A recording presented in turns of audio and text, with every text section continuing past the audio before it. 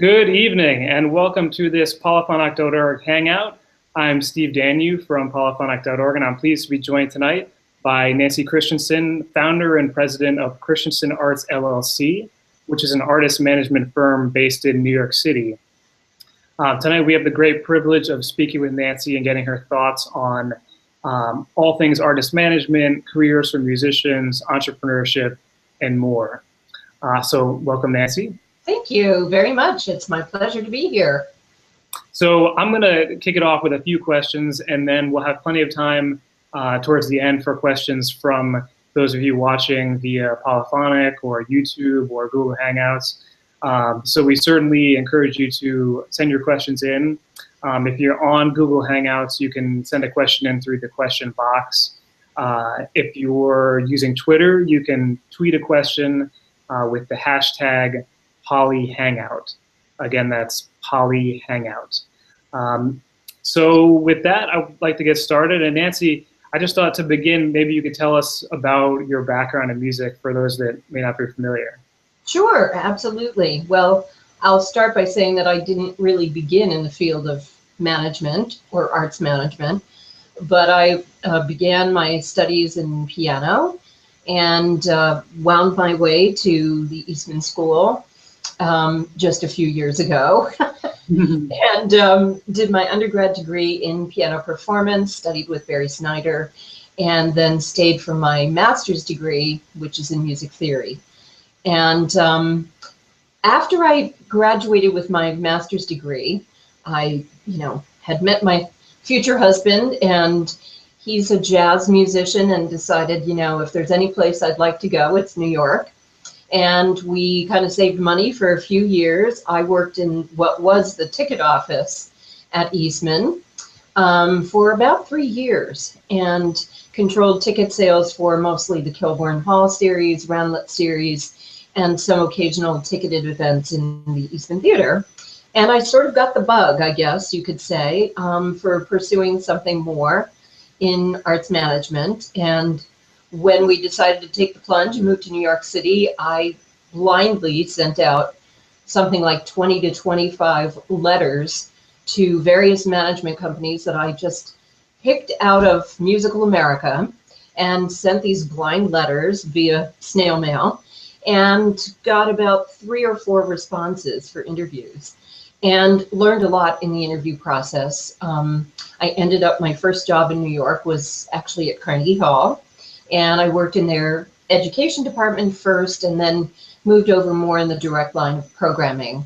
And from there moved to program director for Midori and Friends for classical violinist Midori, who established her own foundation to go out to the schools in New York City and perform concerts herself, as well as various other ensembles. After Midori and Friends, I moved to Chamber Music America, where I was their education director. And my probably all-time favorite position that I held there was being the director for the then Rural Residencies program, which was funded by the NEA. And I got to visit all of these fabulous rural locations across the United States and witness the ensembles that were placed in communities for 9 months or longer. And through that, I started to think about more directly managing and how does that side of the business work. I figured, well, I've been a performer. I've, worked as a presenter, so to speak, through Carnegie Hall.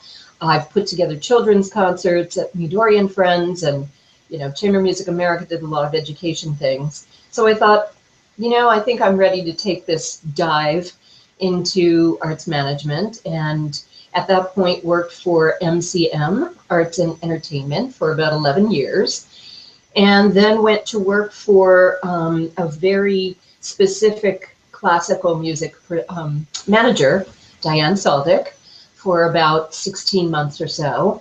And through that, started to really think about forming my own very small roster, which I did about a year and a half ago. And in connection with forming my own roster, I also do a part-time job at William Patterson University in New Jersey, where I am the program director for a music after school program in Patterson. New Jersey. So that's kind of how I got to be where I am. Great, thanks. So Sure. for it sounded like when you were a student or right afterwards, and you sort of said you got the bug, you got interested in arts administration. Was there something about that that appealed to you?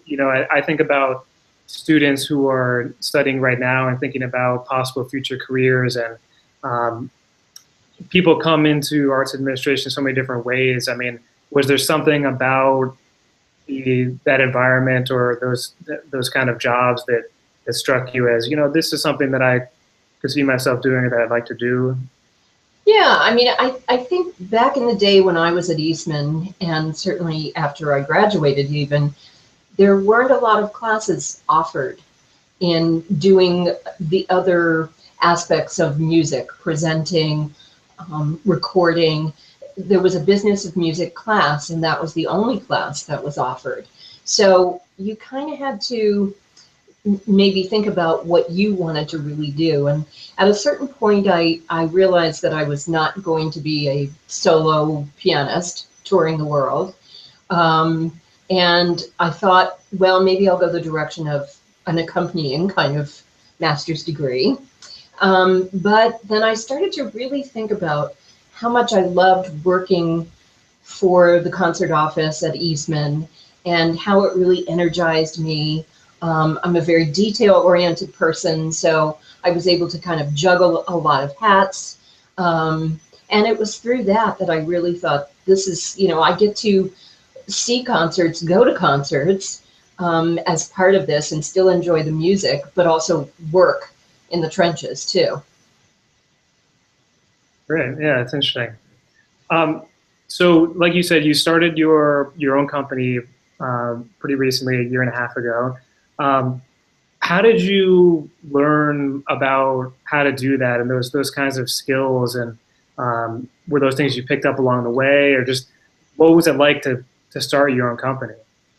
I think in the last probably 5 or 6 years, I learned at least how to bring certain artists to a roster, what it took to sort of really look at an artist before even getting to know them, looking at their websites, looking at what they do, what makes them maybe stand apart from other artists or ensembles, and really taking a closer look at how they develop their programs, how they go out to do their work in communities, etc.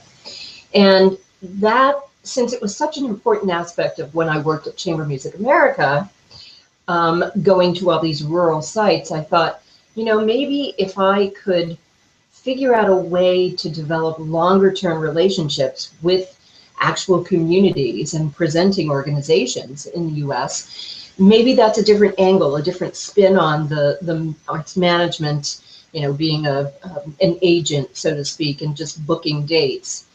So I started talking to people, smaller managers who might have smaller rosters, and started really taking the opportunity to look into and hear and see art whenever I went to conferences. I have gone to a number of conferences in numerous locations, and I think really seeing, hearing, observing, talking to the artists was a big way of me trying to formulate what is this next jump that I want to take. It wasn't an overnight decision. And so in that capacity of being an artist manager and running your own company, can you give us sort of a snapshot of what a typical day looks like for you? Well, I'd have to say that it took me a while to really get into sort of a real groove of what my day would look like, because I work primarily from my home, for instance, so I don't, rent an office or go to an office. So one of the bits of information and advice that someone gave me when I was leaving Chamber Music America and leaving then my job with MCM in an office space was, okay, you're going to work from home.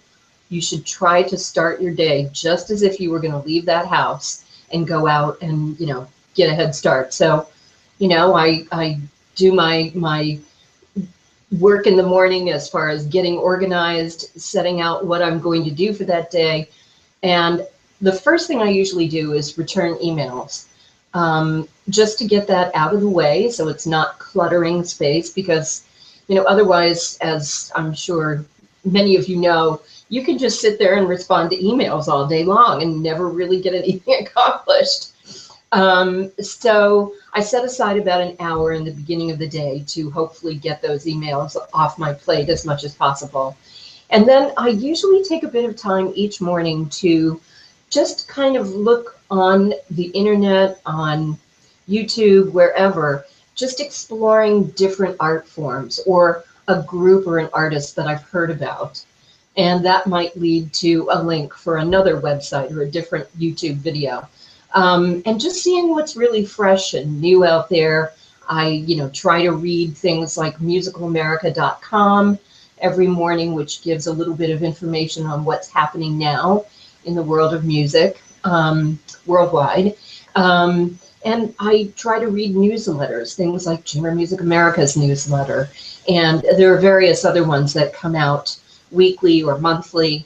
And then I usually try to have a set number of phone calls and or emails that I'm going to address in one particular day. Some of them I know might be longer phone calls or longer emails even, because they might be people that I know a little bit better, or they might be people I don't know, and I really have to take time to, talk about the certain artist that I want to pitch to them. And, sometimes you get these people on the phone, sometimes you don't, which can be frustrating, when you have X amount of people that you want to call. But for the most part, it seems to work well. I do a lot of communicating with the artist, or if it's an executive director of a company. I like to really build a partnership between the artist or the company and myself, so that it's not just a one-way street, so that we're really working collaboratively. I really ask for artists to give me a list of places where they might have some, connections, whether it be where they went to school or a church, or, they grew up in this community or this city. So hopefully that can produce a little bit of a lead to the presenting organization in that community. So that's kind of how I structure the day. I also serve currently on a board of directors for the Western Arts Alliance, which is an organization, it's a membership organization based on the West Coast. And I usually have at least 1 or 2 phone calls per month that are conference call meetings.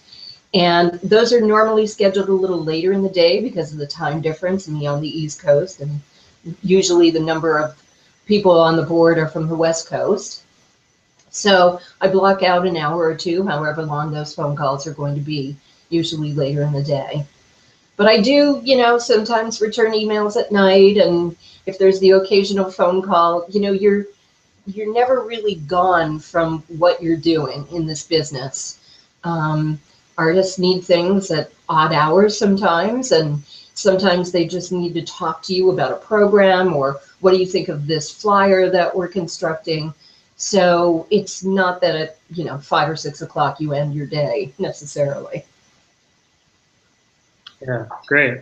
And so you mentioned a little bit sort of your role talking with the artists and trying to get a feel for what they're interested in doing, and then talking with presenters. And so you're sort of in the middle of those 2 groups, let's say. So just on a really basic level, for to sort of define what an artist manager does, can you talk a little bit more about that in terms of what an artist manager is doing in that way?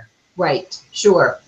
I think in these days, an artist manager probably does a little bit less for the artist than maybe they have in the past. That's not to say that some of the bigger management companies, like ICM, Opus 3, Columbia Artists, IMG won't do a lot for an artist because I think they pride themselves in doing that, and they have a huge staff to be able to do that with.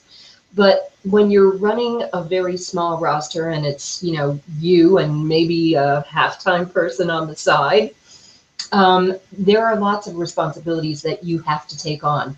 Things like sending out mailings or doing contracts, figuring out tech writers for the artists, figuring out the programs for specific organizations, and just trying to, at some point, hopefully having the artist speak directly with the presenter or vice versa.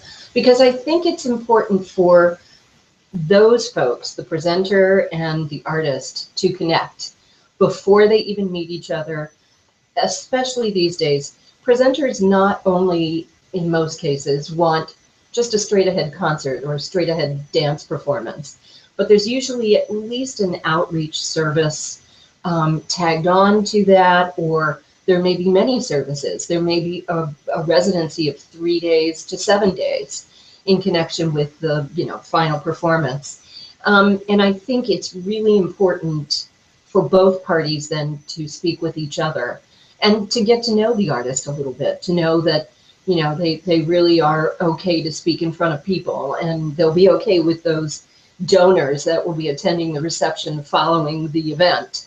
And I can only do so much in that case. I can tell the artist that the presenter is wonderful and they'll have no issues whatsoever. They'll be, you know, picking them up at the airport, all of those things. But if the artist can talk directly, it puts them at ease as well as the presenter.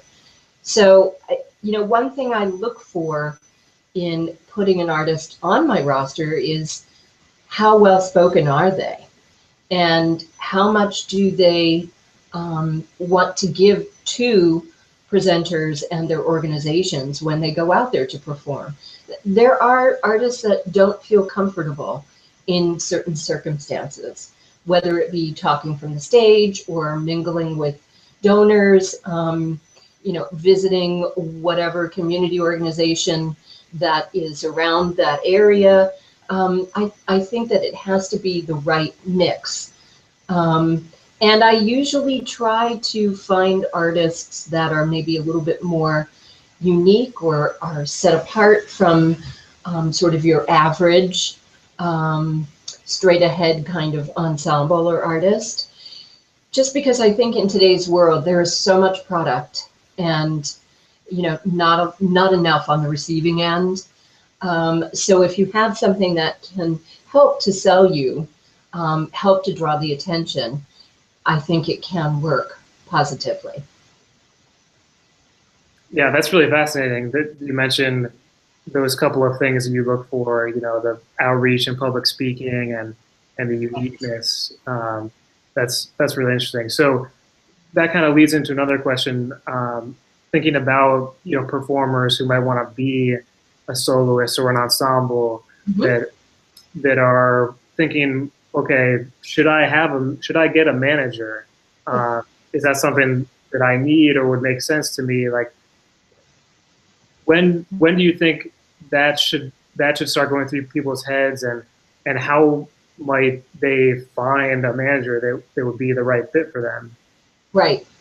I think it's obviously going to be different for each person or each ensemble, but one I think very important point is you should have, either as a single artist or an ensemble, you should have a good solid background, and also looking forward, realize that you want to be the artist that goes out on the road or that does outreach, or, you know, can manage that kind of schedule. You know, in my career thus far, I've managed a number of emerging artists or emerging ensembles.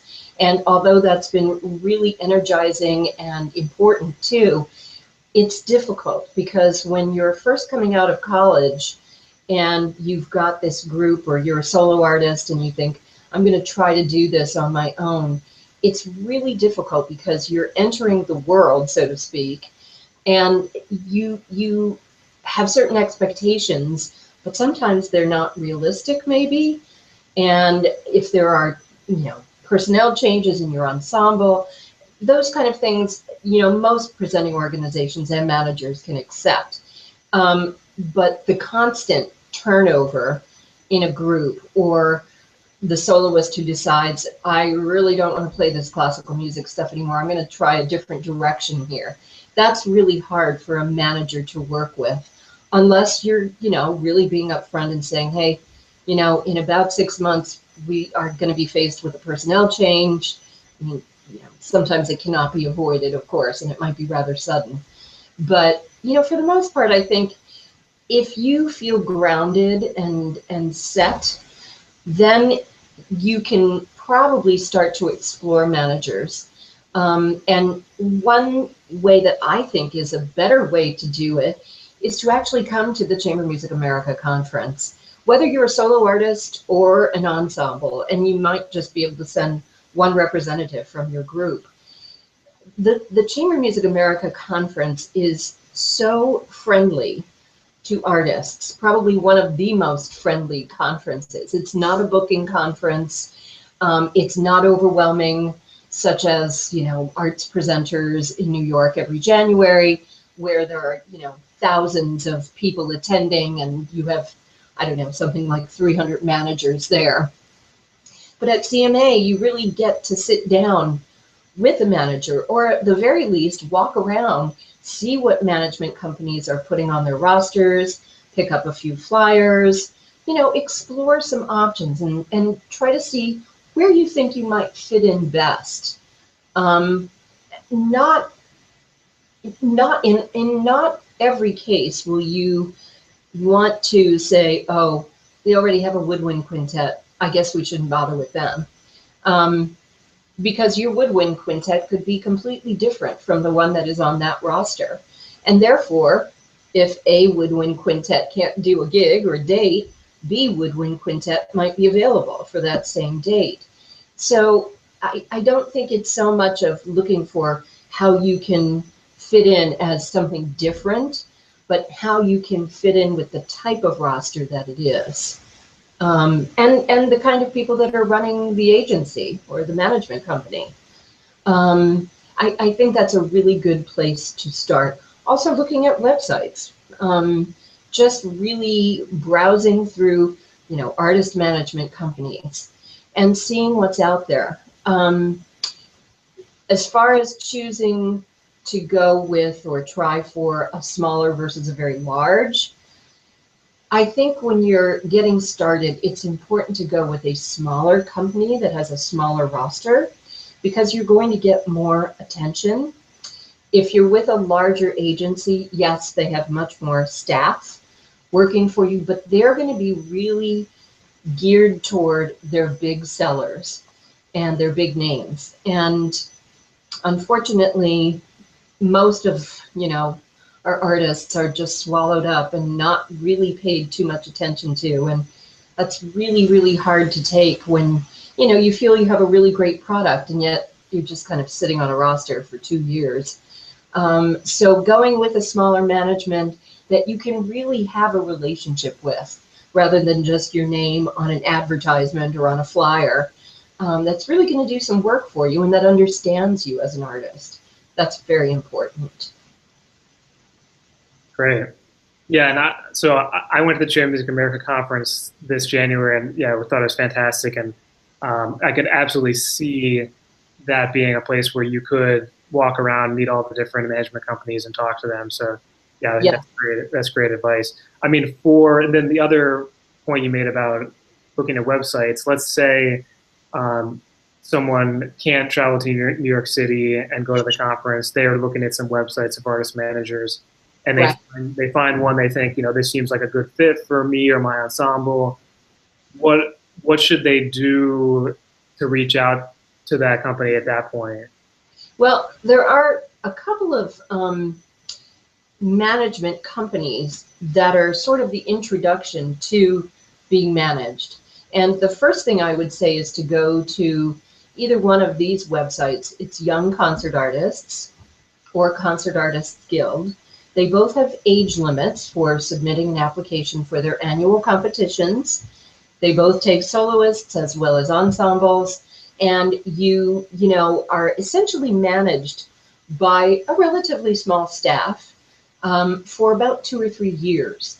And they get everything kind of lined up for you, from your press kit to your photos to recordings to getting you dates.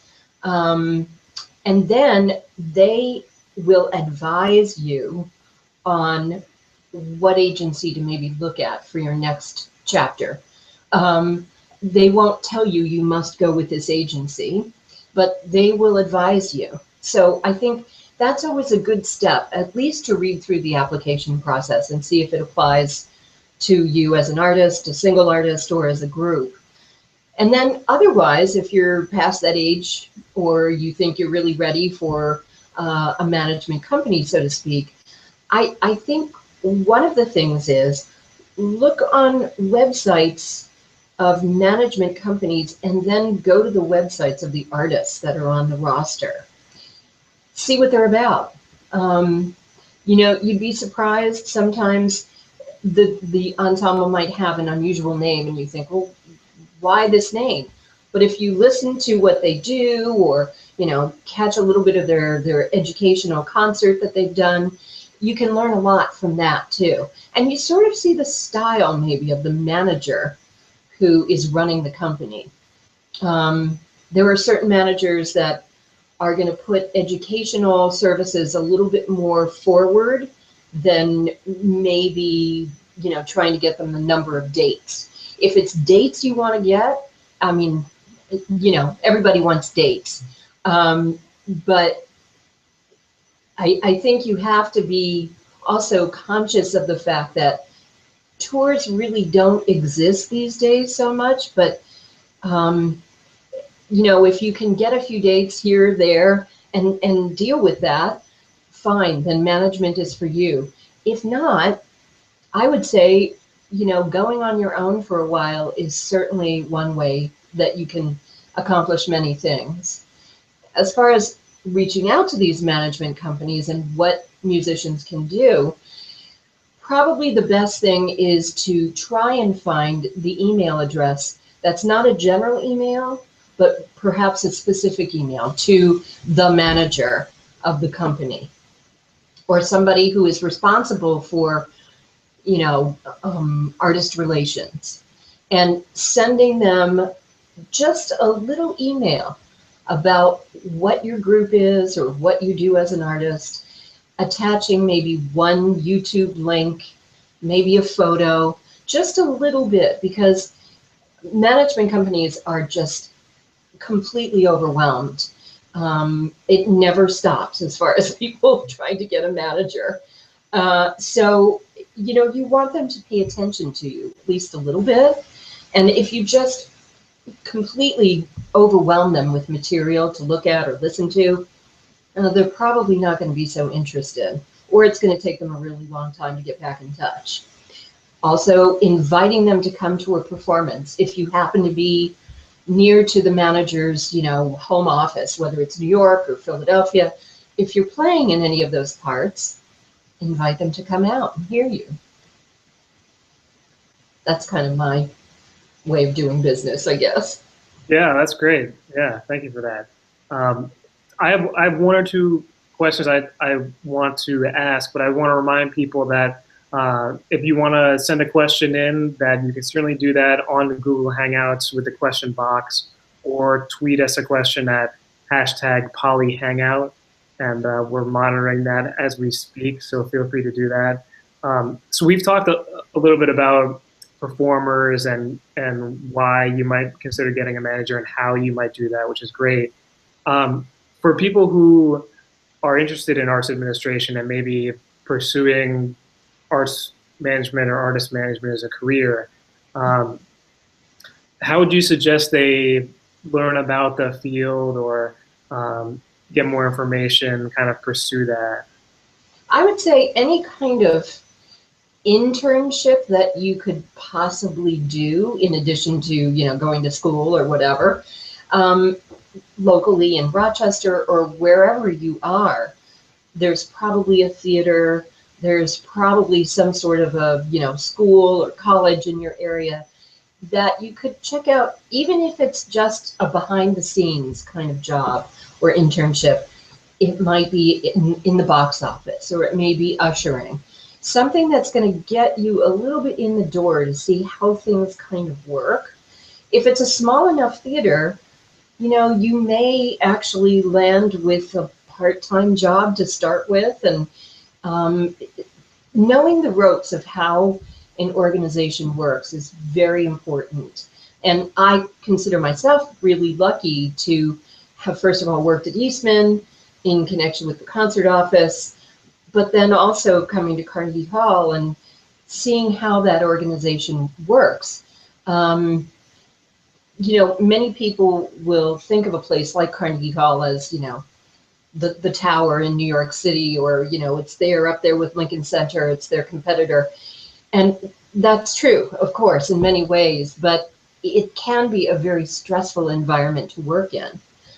However, I will say that that kind of stress can energize one, and you learn so much because you're usually not only working in that one department, but you're working in connection with the other departments too, whether it be marketing, publicity, you know, programming. So I think you get a feel for how these other departments work and what they do in working up towards the concert actually coming to the stage.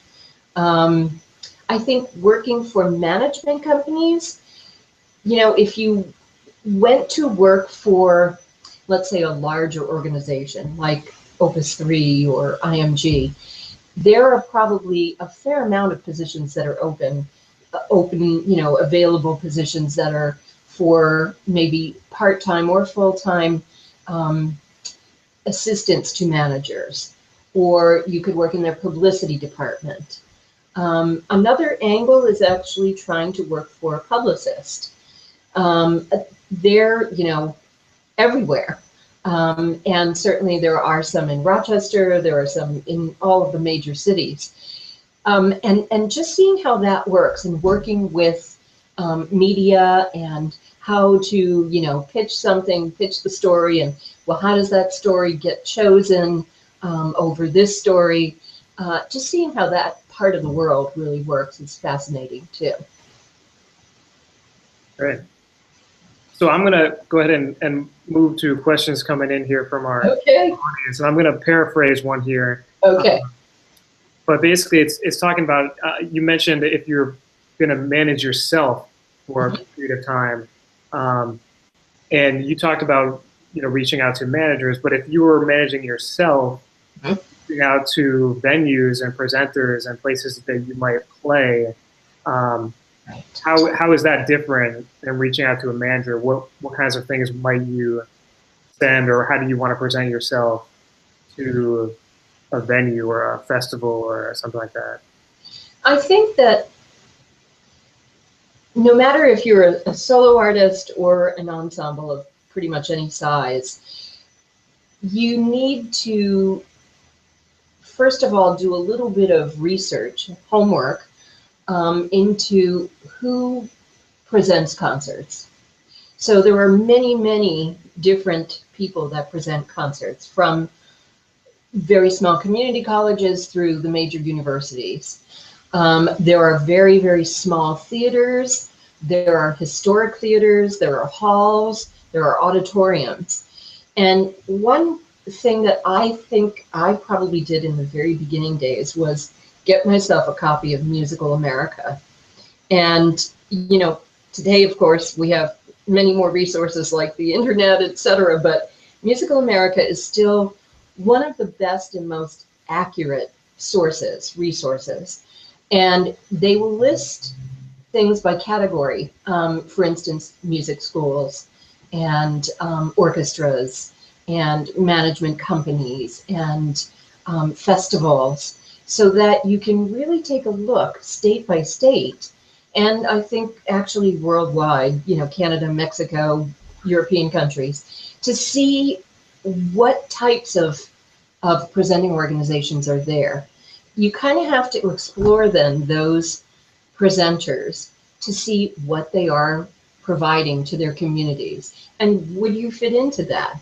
And look at their current season, or if they put up their past seasons, see who they are presenting or presented, and see if that's any kind of a match. Obviously, if it's a presenter and you see, you know, 3 different seasons that they've never presented a brass quintet, chances are they're probably not wanting a brass quintet for whatever reason, but it doesn't hurt to try. And sometimes, in some cases, if you get the right presenter, they'll actually get back to you and say, I'm sorry, we don't present brass here because of, you know, the acoustics in our hall or whatever it might be.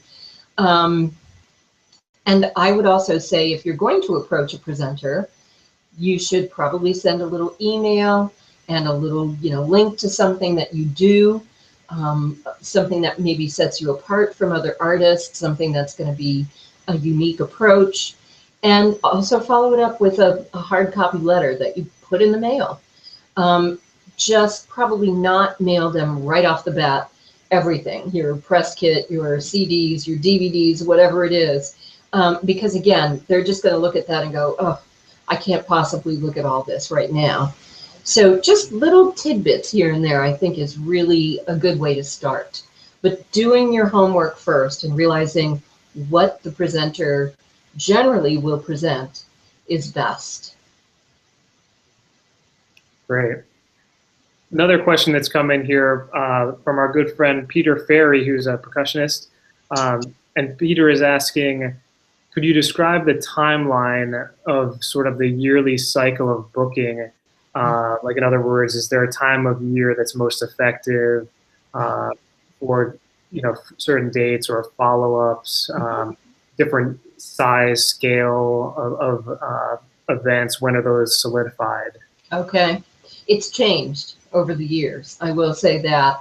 It used to be that there were always a set of your standard early bookers who might book as early as 2 seasons, 3 seasons ahead. But it's not necessarily the case of completing all their bookings 2 years in advance now. It's more they're booking their larger, more profitable, let's say, events first. And then they might fill in their other blanks, so to speak, on the calendar. The very large presenters will likely schedule their big things, like if they're going to have a dance company come in. They may do 6 performances for that dance company. They're going to book that first because it's going to take up the most time for the hall. It's also going to probably cost the most money in production, as well as fee to the artists. Broadway shows are probably #1 for any presenter to put on their calendars first. And because of the tour that really does still happen with Broadway shows, and living in a community essentially for, you know, anywhere from 3 to 6 weeks sometimes, they kind of have to book those things first.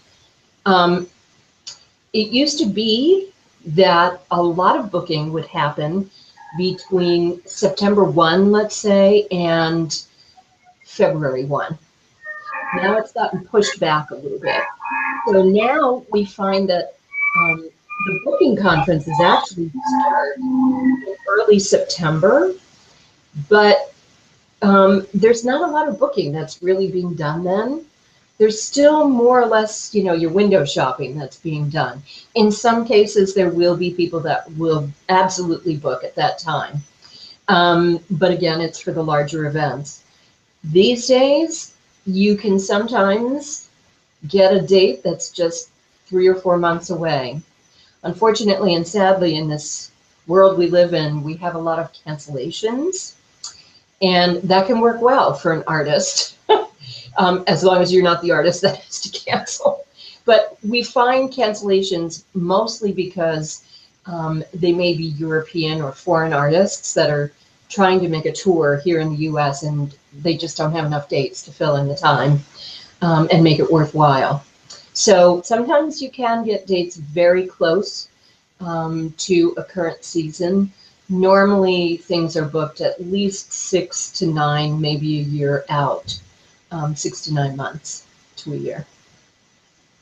Great. Yeah. And so thinking again about someone who's maybe self-promoting themselves or self-managing, okay, so knowing the amount of time that they need to be thinking ahead, but also, is there a time of year when it makes more sense to reach out to different presenters, you know, at the beginning of the year, the summer?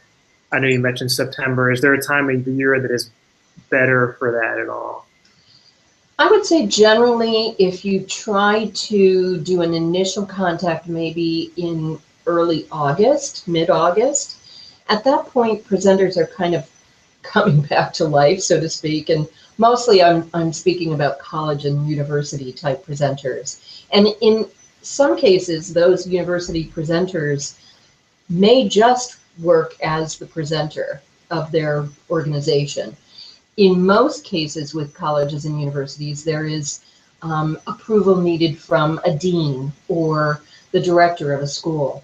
And maybe they have other funding available from the Spanish department, you know, so they're working with other people.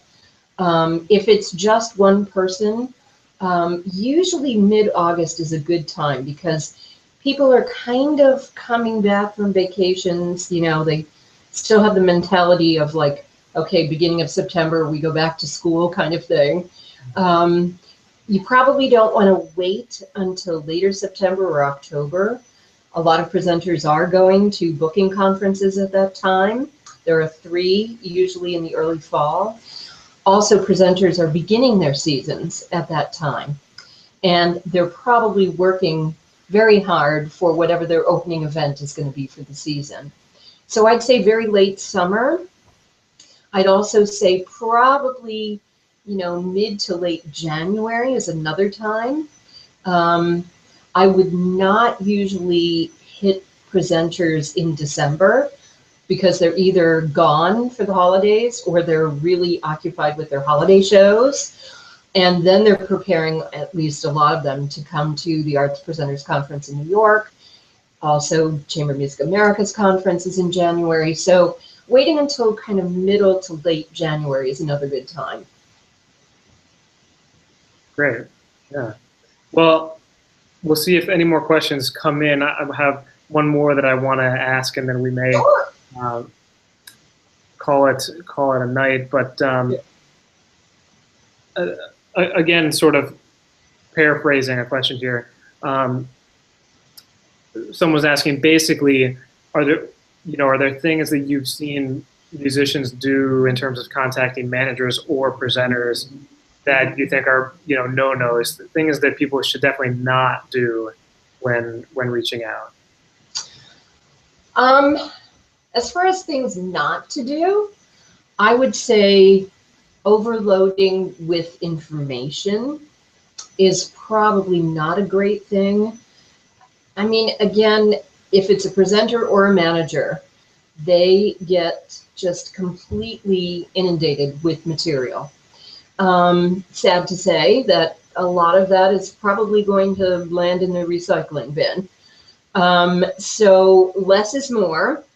I would say if you can connect with the person, either a manager or a presenter, over the phone, that is great, because today, you know, sending an e-blast or even just an email sometimes is, you know, the person receiving it is kind of going, oh, I really don't have time to deal with that. And then, you know, 15 more emails come in shortly thereafter, and they kind of forget about that one. So really trying to connect on the phone is a very good way. And I think more and more people are starting to communicate again via phone because they're missing that personal kind of touch to things. So, you know, if you can try to get to the person directly via phone, that's probably the best way. Great. Well, we did have another question come in. So let's take a look at this. It's from Alexa Tarantino, jazz saxophonist, and she was curious if you know of any companies similar to Young Concert Artists and Concert Artists Guild that are more maybe geared towards jazz musicians, or if those organizations have jazz musicians. Right. So she's thinking any suggestions you have for a jazz musician seeking management. Right. Unfortunately, I don't, well, I know that Young Concert Artists does not do any kind of jazz. It's a very sort of conservative, standard, classical management company for young emerging artists. I would think that maybe Concert Artists Guild would kind of go a little bit more into the jazz area of things. That organization has really branched out in the past 10 years, which is greatly due to their executive director, a man who was in the finance world for years and years, but is an amateur musician and came to this job and decided he had had enough of the finance world, and he's been amazing. He and his staff, I should say, at really kind of broadening a little bit more as to what they will accept and put on their roster after a competition annually. As far as other organizations like those for jazz, I am not aware of any. There are specific management companies that deal solely with jazz. And there's one in particular that you might want to have her check out, which is called Unlimited Miles. And Miles is spelled M-Y-L-E-S. It's actually the first name, Miles, of the manager who owns the company. His last name is Weinstein. And he's based in New Jersey. He's got some really top-notch jazz artists on his roster. But the thing that I really, really like about Miles is that he's very down to earth. And he really will talk to emerging artists and, you know, try to help them and advise them in the right ways. So that might be a sort of intro place, at least to begin. Great. Yeah. Well, I think I'm going to say thank you very, very much to Nancy for spending this time with us tonight and sharing all her expertise, all this great advice. We really appreciate it. Of course. Thank you. It's been my pleasure. Yeah, and so if you want to review any of this again, you'll be able to watch this Hangout recorded on Polyphonic or on YouTube right after we finish up tonight. And certainly stay tuned for our fall series that'll be happening months from now, but in the fall we'll have a whole series of Hangouts for you. And if you think of something after tonight that you want to ask Nancy, certainly contact us through Polyphonic or reach out to Nancy and we can get your question to her. And that's it. Thanks very much, Nancy, again. And sure. Wonderful talking with you. And it's great talking with you. Good luck to all of you. Thank you. Thanks. We'll talk to you soon. Okay, great. Thank you, Steve. Good night.